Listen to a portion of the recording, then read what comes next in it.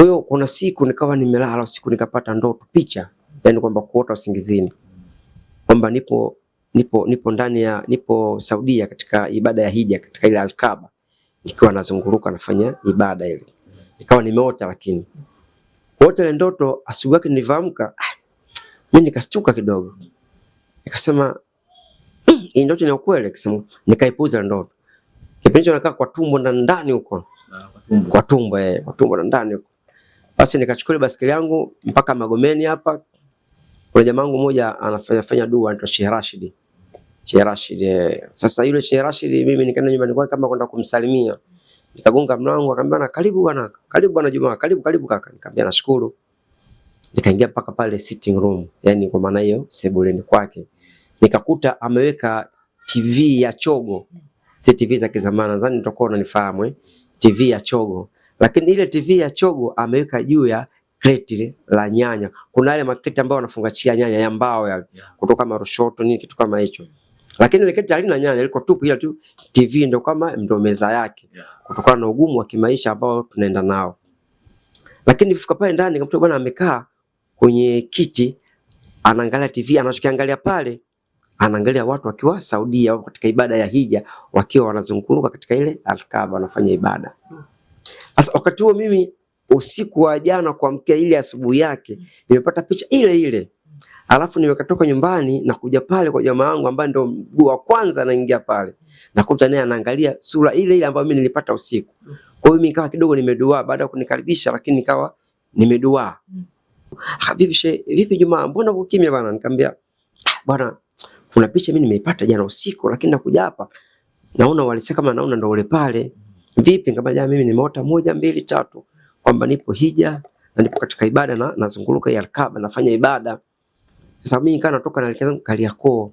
Ulikuwa unaenda Kariakoo kutoka wapi hapo? Kutoka hapa Magomeni Moroko, hapa Magomeni hapa Moroko hapa.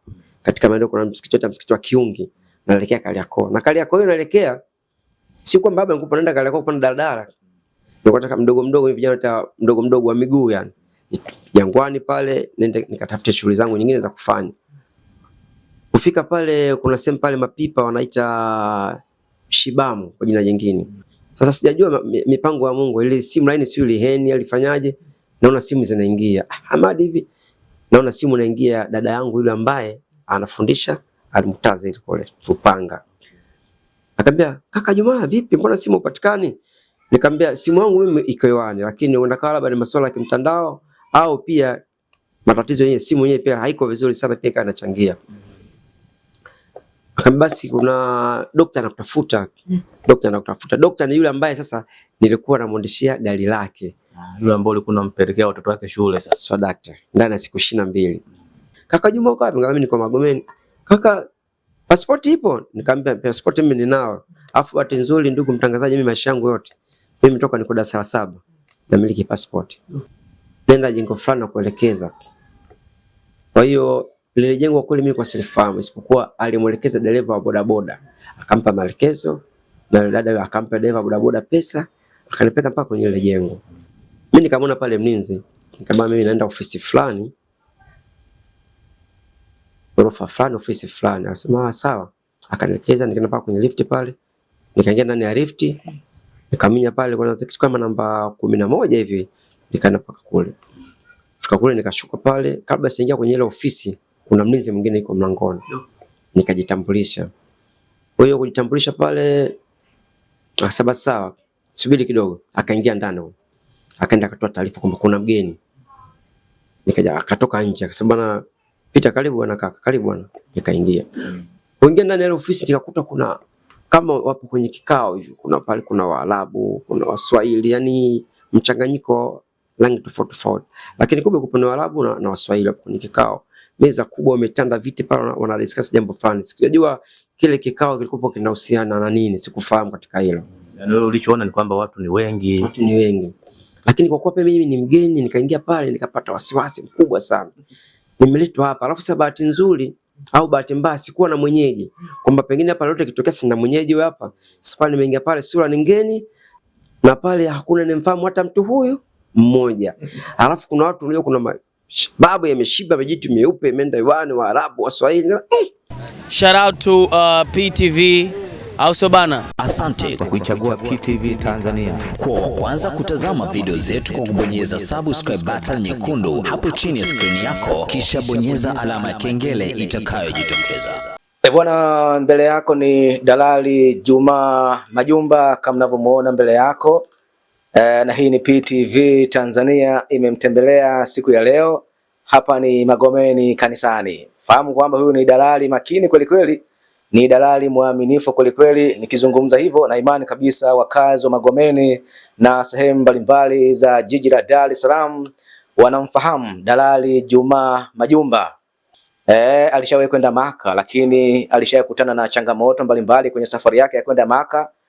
Lakini kwa rehema na nehema za Mwenyezi Mungu, mwamba alienda Maka, akafanya shughuli zake kule za dua na akarudi Tanzania, na hapa nakwenda kuzungumza naye. Huyu ni dalali jamani. Muda mwingi huwa anakabidhiwa majumba makubwa kweli kweli kusimamia kwa ajili ya kupangisha watu, lakini pia ni dalali wa vitu mbalimbali kama magari. Nikizungumza hivyo kwamba vitu mbalimbali wengi mnafahamu. Huyu hapa anakwenda kusimulia hiyo story yake ya kwenda Maka na changamoto alizokutana nazo huko. Hadi sasa huyu hapa yupo nyumbani kwake hapa Magomeni kanisani, na imani kabisa kuna vitu vingi mtazamaji utasikiliza na utajifunza. Huyu hapa anakwenda kuzungumza ndani ya PTV Tanzania. Karibu uweze kumsikia. Asante. Asalamu alaykum. Wa alaykum salaam wa rahmatullahi wa barakatuh. Vipi hali? Salama kabisa, unaendeleaje? Mimi naendelea vizuri, namshukuru Mungu, alhamdulillah. Umeniambia kwamba ulishawahi kwenda hija, lakini kuna changamoto mbalimbali ambazo ulikumbana nazo na unatamani kusimulia kwa Tanzania. Karibu, na ilikuwaje? Nashukuru sana. Nilijaliwa kwenda hija mimi mwaka 2015. 2015, lakini kubwa kwanza namshukuru Mungu alhamdulillah, kwa sababu safari ya hija ni hatua. Safari ya hija ni hatua, lakini pia safari ya hija mpaka uwe na kipato cha uwezo. Kama huna uwezo huwezi kwenda hija. Kwa hiyo nilienda katika miujiza ambayo Mungu mwenyewe ndio alipenda mimi niende hija. Nakumbuka mwaka 2015 nilikuwa na maisha magumu sana sana. Kuna dadangu mmoja, sitopenda kumtaja jina, yeye ni mwalimu. Anafundisha shule moja kwa pale Upanga ya Al-Mu'tazila naita kitu kama hicho. Kwa dada yule akaniunganisha dada mmoja anaitwa, naye pia nisimtaje, yupo Kariakoo. Ni daktari wa kung'oa meno, daktari mzuri sana wa Kihindi. Akaniunganisha naye dada. Sasa bana, mimi nina wanangu, nataka unisaidie kama ndani ya mwezi au miezi miwili unapeleka tu shule basi. Kama dereva Kwa sababu mimi binafsi kwa kweli swala nishajiwekea kilimangu mimi, swala kwamba la kuajiliwa huwa binafsi msilipendi. Kwa hiyo tukakaa tukakubaliana kwamba kwa mwezi kiasi fulani atakuwa ananilipa, ni kwa mtoto wake nyumbani kuwapeleka shule na mchana kwa kufuata shule kurudisha nyumbani. Basi hakuna kazi kubwa. Kipindi hicho mimi natumia usafiri wangu wa baskeli ya kunyonga ile. Natumia nguvu sana nyingi kunyonga baskeli. Na mambo ya pedali. Mambo ya pedali, sawa. Kwa hiyo nikafanya kazi kama wiki ya kwanza, wiki ya pili, nadhani nilifanya kazi kama ndani ya siku 22 kwa kile dada. Lakini baada ya kufika siku ya kama wiki mbili zile, nikamwambia dada, tafuta dereva.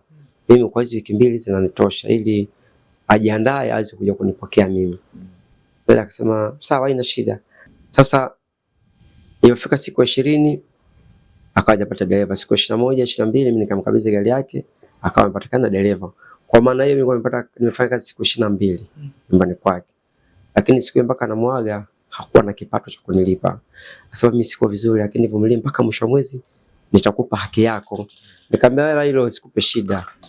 Upata na kosa yote yana Mungu, sikupe shida. Kwa hiyo tukawa tumeagana vizuri, lakini katika kuagana kwetu mimi na yeye nikamwambia bana dokta, mimi nafanya sana dua.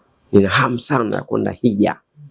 Lakini hiyo ndio moja ambayo ndoto zangu, naomba sana Mungu niende safari ya hija, niende kuhiji. Na safari ya hija inataka pesa nyingi zaidi ya milioni 10 na. Kwa kweli alicheka kidogo. Nikamwambia usicheke, kwa Mungu ni madogo sana. Mimi nimekwambia tu sababu wewe kama sababu ya kunipeleka hija, lakini mwenye kuatimiza ni Mungu. Basi inshallah tuombe heri. Nikamwambia asante. Hapo ndo umeongea. Mimi nikarudi zangu nyumbani, kwa hiyo kana nafanya shughuli zangu za hapa na pale za kiudalali. Mimi ni dalali, alhamdulillah. Dalali maarufu tu. Na wengi wanafahamu kwa Dalali Juma Majumba. Sasa niporudi nyumbani mimi kazi yangu kubwa sana usiku, mimi naamka sana usiku. Swali usiku, kufanya dua na mlesa na Mungu safari ya hija. Kwa hiyo kuna siku nikawa nimelala usiku nikapata ndoto picha, yani kwamba kuota usingizini. Kwamba nipo ndani ya Saudia katika ibada ya hija katika ile Al-Kaaba. Nikiwa nazunguruka nafanya ibada ile. Nikawa nimeota lakini. Kuota ile ndoto asubuhi yake nilivyoamka, mimi nikastuka kidogo. Nikasema hii ndoto ni ukweli, nikasema nikaipuza ndoto. Kipindi hicho nakaa kwa tumbo ndani huko. Kwa tumbo ndani huko. Basi nikachukua basikeli yangu mpaka Magomeni hapa. Kuna jamaa wangu mmoja anafanya dua anaitwa Sheikh Rashid. Sheikh Rashid. Sasa yule Sheikh Rashid mimi nikaenda nyumbani kwake kama kwenda kumsalimia. Nikagonga mlango akamwambia karibu bwana. Karibu bwana Juma, karibu kaka. Nikamwambia nashukuru. Nikaingia mpaka pale sitting room, yani kwa maana hiyo sebuleni kwake. Nikakuta ameweka TV ya chogo. Si TV za kizamani, nadhani mtakuwa unanifahamu TV ya chogo. Lakini ile TV ya chogo ameweka juu ya kreti la nyanya. Kuna ile makreti ambayo wanafungachia nyanya ya mbao yale. Kutoka marushoto nini kitu kama hicho. Lakini ile kreti halina nyanya, liko tupu, ila tu TV ndio meza yake. Kutokana na ugumu wa kimaisha ambao tunaenda nao. Lakini nifika pale ndani nikamkuta bwana amekaa kwenye kiti anaangalia TV, anachokiangalia pale anaangalia watu wakiwa Saudia katika ibada ya hija, wakiwa wanazunguruka katika ile Al-Kaaba wanafanya ibada.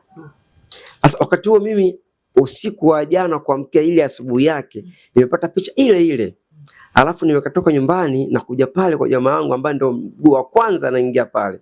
Nakuta naye anaangalia sura ile ile ambayo mimi nilipata usiku. Kwa hiyo mimi nikawa kidogo nimedua baada ya kunikaribisha, lakini nikawa nimedua.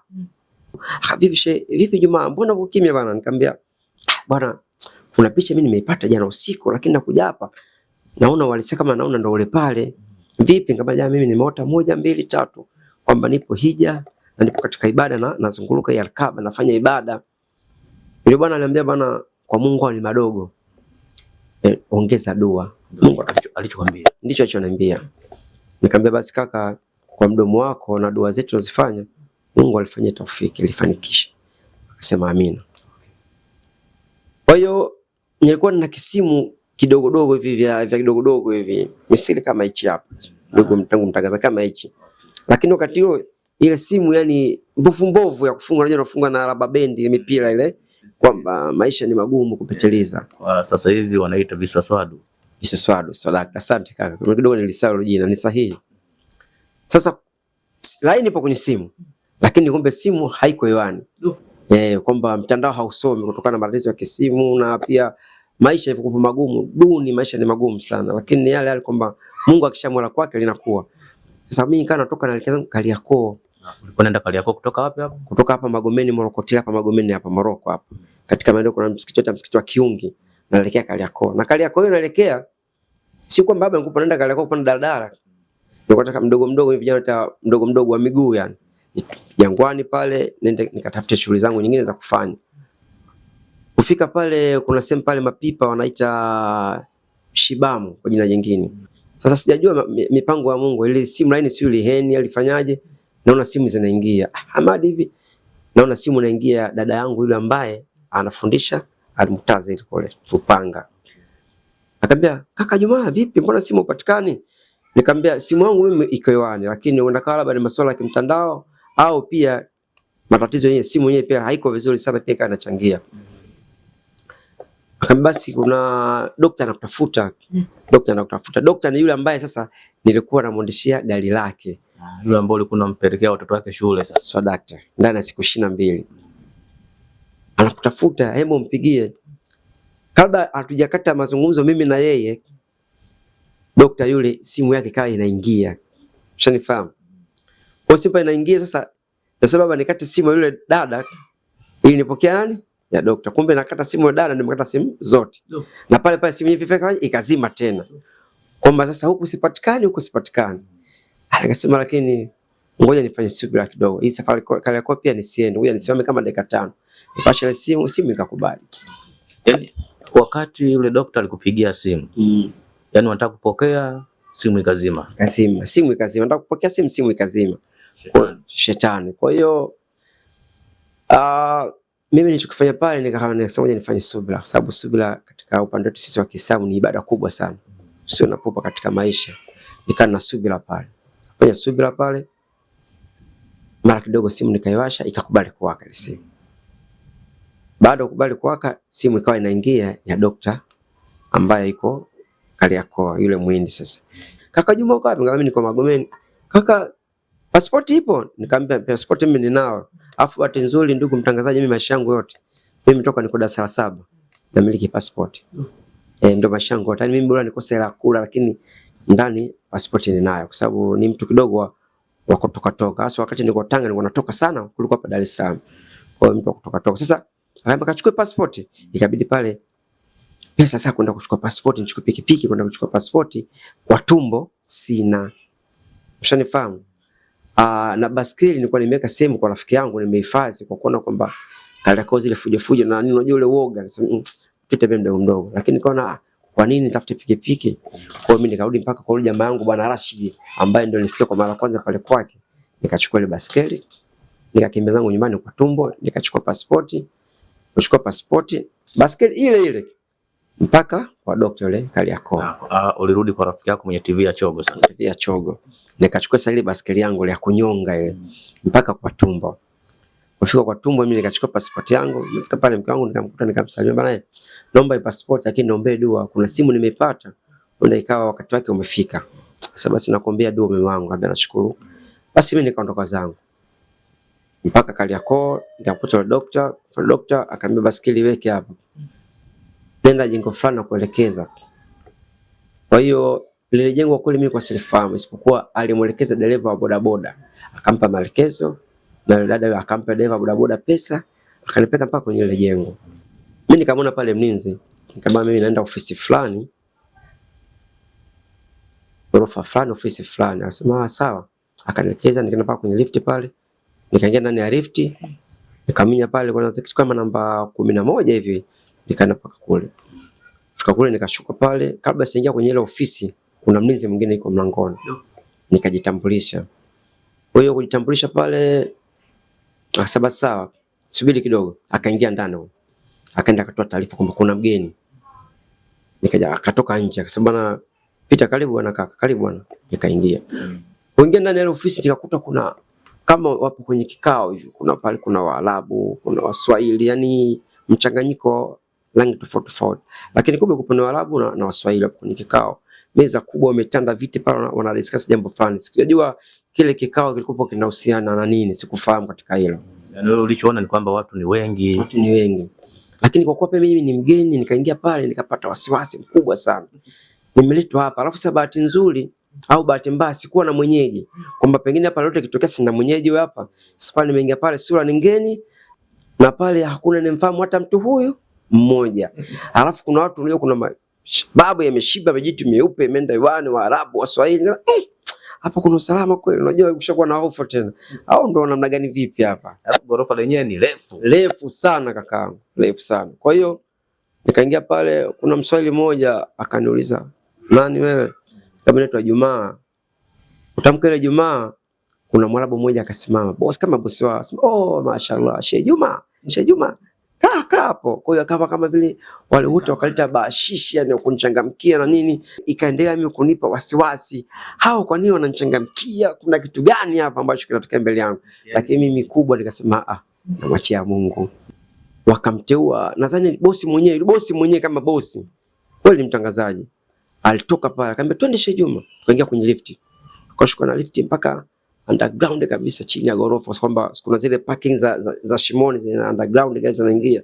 Tulikuwa tumeshuka pale pembeni, kuna V8 imepaki pembeni vinyeusi tinted. Akaambia tuingie huko, ingia mbele hapo. Yani mimi nikae siti ya mbele ya tajiri mwenyewe. Mimi kwa kweli nikasita, lakini wasema tuingie mbele, nafungua ile mlango ulikuwa umefungwa kwamba dereva pale hayupo. Dereva kakaa kule getini ambako gari ndo zinaingia huko Shimoni. Dereva Hamad kuja kumuona bosi wake amesema kwenye gari, nimesema na mimi, akawa anakuja kule mbio anakimbia. Sasa ule ukimbiaji wenyewe pia ukanipa mimi mshtuko kwamba inaonekana huyu anakimbiliwa ni mtu mmoja maarufu sana au ni mtu mkubwa, lakini hiyo nikawa naongea na moyo wangu. Akafika mpaka pale. Dereva kufika pale Akafungua mlango, lakini baada ya kutoa lock ya gari akaja akafungua mlango wa mbele kwamba kumfungulia bosi wake aingie wapi? Mbele ya gari. Lakini wakati huo bosi naye akanitoa mimi niingie wapi? Mbele ya gari. Sasa mimi nikashindwa kuelewa sasa kwa nini bosi anakataa kuingia mbele ya gari. Tayari yani Mungu kuna jambo kashaitengeneza pale. Kwa mimi labda ni mbora sana, kumbe sio chochote, kapuku tu, lakini Mungu akishamua la kwake, alhamdulillah. Kwa kweli iliniliza sana ndugu mtangazaji. Tukisa wakati mwingine wale machozi yananitoka nikifikiria. Kwa hiyo nini kilitokea baada ya kuingia kwenye V8 mle ndani? Nikaingia ndani ya V8 pale. Dereva naye akaingia, bosi naye akaingia, akakaa siti ya nyuma yangu. Tukaanza safari. Lakini mwelekeo wa safari ule mimi tunakwenda sipajui. Wewe unaona V8 inaunguruma. Inaunguruma tu. Na yule dereva mimi nilidika akanifunga paka mkanda. Yaani jinsi alivyozoea kumhudumia bosi wake, akanifunga kaisi sio mimi si ni bosi au ni mtoto, lakini hata akisema mtoto wa bosi, hii rangi nyeusi. Bosi mwenyewe yule ana rangi nyeupe. Yule Mwarabu, Mhindi. Mwarabu. Alikuwa ni Mwarabu. Kwa hiyo akawa tukaanza safari pale kuelekea tunakokwenda anakujua huyu bosi ndio anamuelekeza dereva wake kwamba tupite wapi twende wapi. Oh, juu unaona giza tu. Naona giza tu. Tukatoka pale ndugu mtangazaji, tukatembea posta ile, unajua uzuri wa posta mimi natembea, lakini ile majina ya mitaa ile kwamba si barabara fulani sifahamu. Lakini tukaingia ndani sana, tukaenda kwenye ghorofa nyingine nalo refu sana. Tukashuka pale. Baada ya kushuka tukapanda kwenye lift tukaenda juu. Kufika juu kule kilichofanyika pale ndio kule kwamba kidogo nikapata ule mwamko kwamba wakuwa na amani katika nafsi yangu. Nilikuwa tunaingia katika ofisi fulani. Ofisi watu wamekaa ambao wanasubiri huduma na nini, ushanifahamu bwana. Kwa hiyo pale tufika pale, bosi kaingia pale, wale wahudumu wenyewe pia baadhi yao pale kwa wamesimama wameamka kama vile kumpa heshima nani? Yule bosi. Mimi sina habari, mimi nikakaa hapo nikakaa kwenye kiti. Nikamwambia lete passport yako. Mimi nikatoa passport nikawakabidhi. Kumkabidhi passport, nadhani pale kichukua naendelea pale ndio masuala ya visa, kitu kama hicho, mambo ya tiketi kwa nikaweka sawa na nini, kaweka sawa. Hatuchota dakika 15 hatukuchukua. Na nilikuta kuna watu nao wanasubiri huduma pale. Lakini wale wote wale waliwekwa pembeni. Nikawa na huduma mimi hapa. Basi baada kama dakika 10-15 hivi. Kama twende she, nikakabidhi vitu vyangu, tukashuka tena mpaka ndani ya gari. Tukarudi tena kule kwa mwanzo kwenye mgorofa sasa. Kwenye mgorofa tulikuwa tokea mwanzo. Tukafika pata tukashuka, tukapata kule ofisini. Wakaambia Juma kaa hapo. Juma kaa hapo, nikakaa. Shaanza kuchangamkia sasa rasmi sasa. Okay. Na mimi pale kidogo sasa moyo wangu ushaanza kupata furaha kwamba hapa kuna idea ya safari hapa ya hija. Lakini wakati huo nirudi nyuma kidogo kwamba mahujaji wengi sana wameshasafiri. Yaani kama mimi nilikuwa ni safari ya kwenda hija ndo mahujaji wa mwisho kusafiri kwenda hija. Na 2015 kutokea mvua kubwa sana, upepo mkali kama ulisikia kule Maka, watu wakawa wengine wameumia, wengine wamekufa, vitu vimedondoka. Lakini vitu vile vinatokea kule Maka. Mimi niko huko Tanzania, sijasafiri, ninaviangalia katika vyombo vya habari na pia sina idea kwamba nitakuwa na safari kwenda wapi? Kwenda Maka. Sikuwa nayo. Ndio mwaka huo. Sisi ndio mahujaji wa mwisho kusafiri. Lakini pale bwana wakaniita, nikaa nimekaa kwenye kochi pale, baadaye wakaniambia njoo. Walinipa hela kwamba bwana shika hii pesa, wewe utakuwa safiri kwenda hija. Waarabu sasa. Wale Waarabu sasa. Walinipa kama sikumbuki ni riali ngapi, lakini kwenye kuchange kapata kama 7.5 au 8 kwenye kumbukumbu zangu. Nilivyo change. Nikaona hekima zaidi nitoke pasa nirudi kwa dada yule ambaye wakindi ni dokta. Ushanifahamu? Nikodi mpaka kule. Sasa kurudi mpaka kule mimi nikachukua basikeli yangu. Sasa nikabidi mimi nitaka kumuuliza dada safari hii nani ambaye amedhamini safari? Unaona naenda tu. Akaniambia bana kaka, Mungu ni mkubwa sana. Nakumbuka wakati unafanya kazi kwangu ndani ya zile siku 22 uliniambia ikiwa ikitokea labda umesikia kwa ndugu, kwa jamaa kuna safari ya hija, nifanye mpango na mimi nende nikakanyage ile ardhi tukufu. Akaambia Mungu ni mkubwa sana. Nikwambia kaka Juma, mimi kuna mtu amenipigia. Yeye ananihadisia yeye sasa. Yule dada yule ambaye ni dokta. Sio ndio sawa, lakini Yule dokta ananihadisia yeye sasa kwamba ilikuwa kwa vipi mpaka yeye akapata simu ya kwamba atafuti mtu wa kwenda hija. Akanipiga akaniambia, bana, mimi nilipata simu kutoka nje ya nchi. Zile namba si kwamba labda yule mtu mimi nimemsave kwenye simu yangu kwamba kapiga labda mtu fulani namjua labda kapiga Hassan Paradise au kapiga Bali Mgosi, huo ni mfano, au kapiga Hassan Tolu, huo ni mfano. Lakini kwa hiyo akanambia, bwana, mimi nimepigwa simu namba ngeni, lakini namba ni sauti ya mdada. Akanambia, habari yako, salama. Yeye ananihadisia mimi, lakini baina hivyo kwa kiongea yeye na simu ambayo imetoka wapi? Nje ya nchi. Sasa tunaenda sawa Akasema, habari yako, salama. Yule ambaye yuko nje ya nchi sasa anamwambia huyu ambaye yuko Tanzania, yule dokta sasa.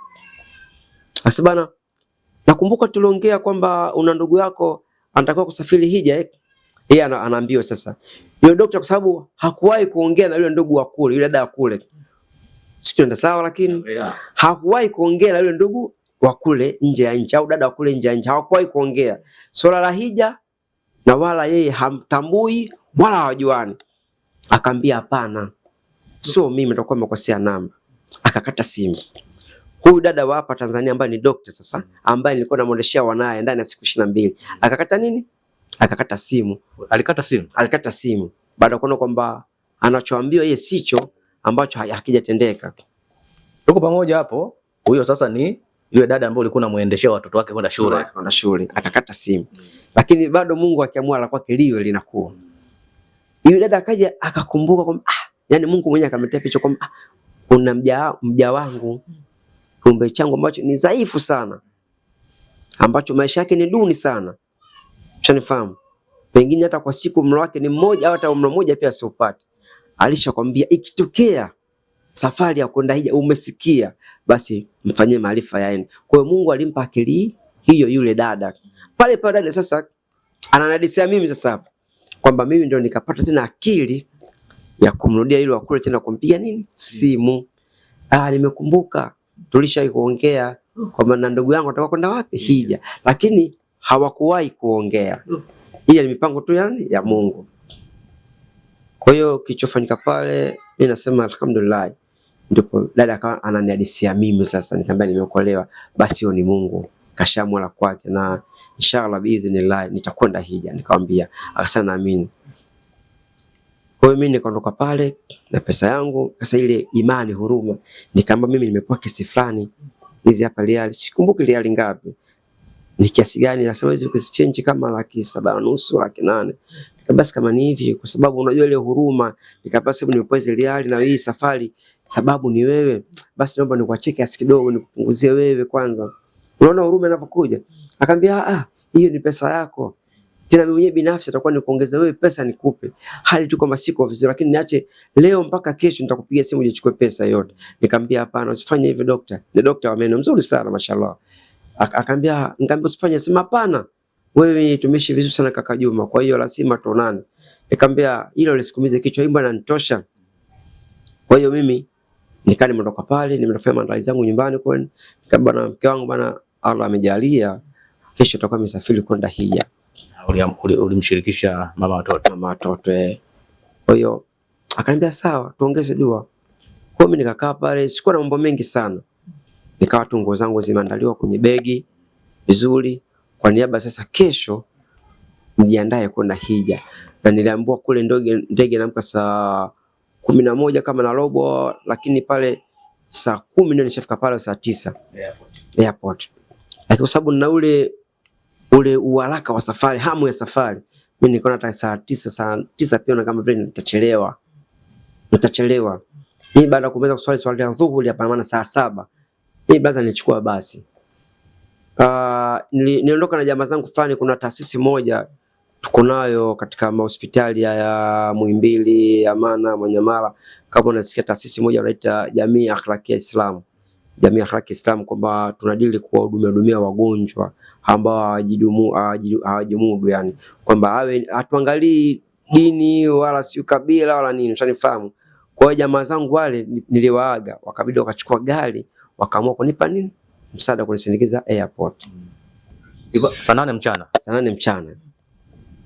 Na pale kwanza tukapiga story kule, kiwa unauliza kama katika mahujaji ambao wanasafiri pengine labda mimi nikawa ni mtu wa kwanza kufika pale airport. Kwa sababu ndege inatoka saa 11:30, wewe unafika saa 8, inawezekana, lakini sasa isiwe wacha tu mimi niwahi kufika, yani ndege mimi nimeshafika airport, mimi ndio nisubiri wakati wa kuingia kule kwenye ndege. Nikafika pale. Mpaka ulipofika sasa wakati tulikuwa tuingie kule airport ndani. Nikagana nao jamaa zangu pale. Wagana nao pale, watu wakanishangaa pale airport. Nikamwambia jamani, mimi napenda sana kuswali raka hizi raka 2. Sababu hizi ndio namshikisha sana Mwenyezi Mungu na kwa Mwenyezi Mungu, kama kuna uzito wote mbele ndoshia. Nikaswali pale raka 2.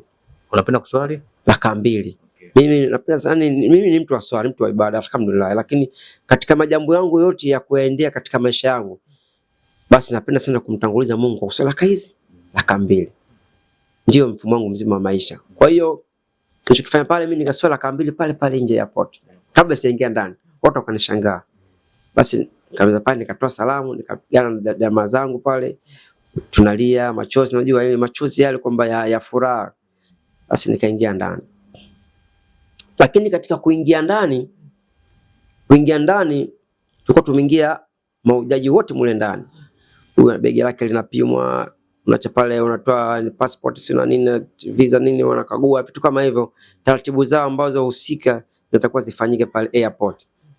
Mimi nilikuwa ni mtu wa mwisho kwenye kufanywa taratibu hizo, anza kukaguliwa pale airport. Japokuwa kufika pale airport nilikuwa ni mtu wa kwanza.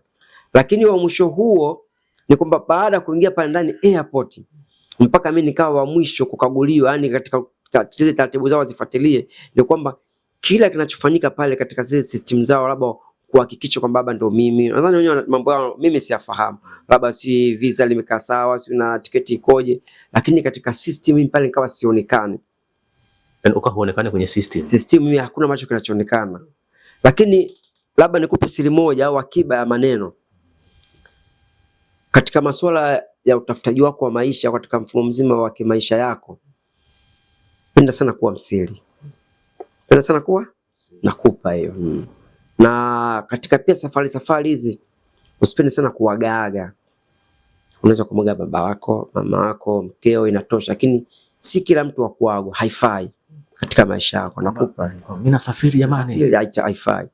Basi ikibidi hata kama uko juu ya pipa angani huko, unaweza kutuma hata message WhatsApp kwa mmoja mtu, lakini pia haifai sana kuaga. Ni vyema wewe ukaenda unakokwenda wakasikia tu kwamba bana fulani alienda mahali fulani. Kufika pale kaka, kila kinachofanyika mimi hakuna kinachoonekana. System haikuoni. Hainioni. Na kule nako ndege imeshaanza kunguruma, imeshawashwa. Kwa hiyo kule wakawa wanatangaza kwamba kuna abiria mmoja, kwamba kuna siti namba fulani abiria yake hapa hajaonekana. Kumbe ile matangazo yao kule, connection yao ya mawasiliano huku yakawa yanafika. Lakini abiria mwenyewe ndo mimi, begi pale limeshapimwa, uzito kwa sahihi, kila kitu. Yule bwana pale yuko busy, kila akiangalia pale kwenye system zao mimi sionekani. Tiketi iko sawa. Visa imekaa vizuri. Passport yangu mimi alhamdulillah, nazunguruka kwa wakati wote, iko sawa. Lakini sasa mbona mtu aonekani? Mimi nikagundua pale nikasema sasa hapa hapana. Ngoja ni jambo niliweke sawa. Mimi mwenyewe nikageuka pembeni, kuna dua pale nikaisoma. Alhamdulillah. Akaanza kusoma dua pale faster nikasoma dua. Namaliza tu kipengele cha mwisho ile dua, namaliza tu. Huko mambo yamekaa sawa. Kwa hiyo mpaka wenyewe pale wakawa wanashangaa, yani hawaelewi. Unajua ile kwamba mtu mmoja ananishughulikia mimi, lakini kuna jopo la wafanyakazi wenzie wanamfuata pale kwenda kumsaidia. Kuna shida gani? Mtu huyo aonekane kwenye system. Basi mimi nikasema alhamdulillah. Namaliza dua tu. Huko jambo limekaa sawa. Jamani, mnasikia huko nipo na Dalali Juma Majumba. Anasimulia mambo mazito hapa. Kwa hiyo bwana, ndugu mtangazaji, mimi nikapoa dokumenti zangu pale, visa nini, zile pasipoti na mzigo wangu, nikawa nakimbia sasa kwenda kupanda ndege. Nafika kule, anajua ndege yani kwamba watu kama vile miujiza fulani. Kitendo cha kupanda yule katika yule kipandio kile, ile ngazi napanda, tunaingia ndani ya ndege tu. Mlango ule unafungwa. Unaamka nafunga. Kwa hiyo yani hata sio nisemeje kwamba sio ilikoponiachwa au vipi, lakini Mungu akishapanga la kwake. Ndege ikaamka pale. tunaendelea na visa. Baada ya kuingia ndani ya ndege sasa, kila mtu nadhani abiria wote mpaka wahudumu wa ndege wakawa wananishangaa mimi. Wanashangaa mimi. Kwa hiyo dada mmoja hivi mzuri sana mashallah, kwa sababu wale wahudumu wa ndege bwana wanawaandaa bwana. Nasema umeshushwa wale. Mzuri mashallah. Asafu wale wahudumu wa ndege wale wa kike, wao muda wote wanakuwa wanatabasamu. Na akitabasamu pengine unaweza kusema baba kanishuduka baba kanipenda, lakini ile kazi yao walivyoisomea na jinsi walivyojiweka kwamba kwa muda wote wao wanatabasamu. Huduma ndege hao. Wazuri bwana mashallah tu, kweli wazuri. Haina kona kona. Haina kona kona kaka. Kwa hiyo akanichukua pale. This is Wayvani V Vanny Boy. Shout out to PTV. Auso bana. Asante kwa kuichagua PTV Tanzania. Kwa wa kwanza kutazama video zetu kwa kubonyeza subscribe button nyekundu hapo chini ya screen yako, kisha bonyeza alama ya kengele itakayojitokeza.